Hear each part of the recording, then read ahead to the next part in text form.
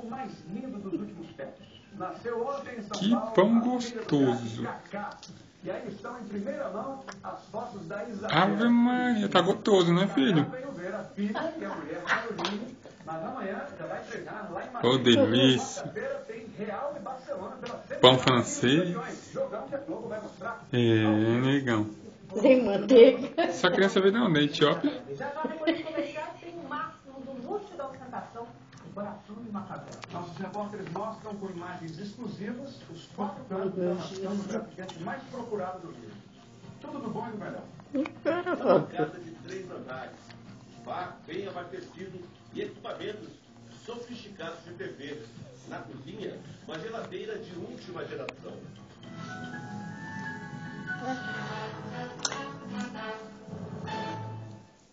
Meu Deus do céu, parece foco na bunda. Não dá fruta para pequenininha assim, ó. Mulher no peito, mulher se mergulha no mundo.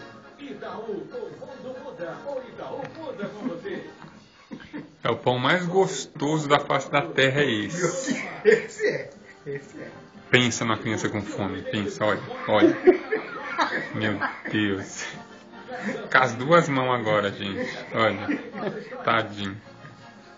Isso é a mãe a mãe sabe onde a mãe tá? Mexendo no Orkut na fazenda lá. E o filho, ó, Tá rasgando pão. rasgando o pão no meio. Esse é o 4º pão seguido. Assim, meu amor. Assim, meu amor. Tá meu irmãozinho de pé.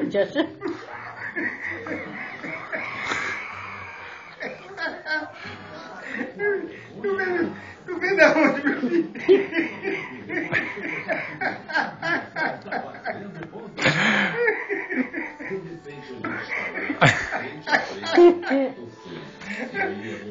Amadora. Meu Deus do céu, quem você fez na cara? E a gente conta tudo. E foi me convindo. Liga no mundo e encontra Pai, não dá uma comida pra você, não, filho?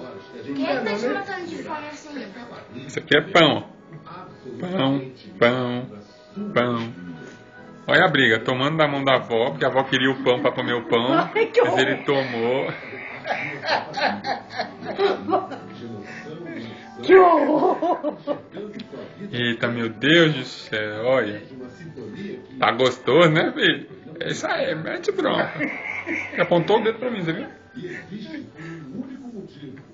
A gente se liga. Nossa. A gente se liga em você. Nossa.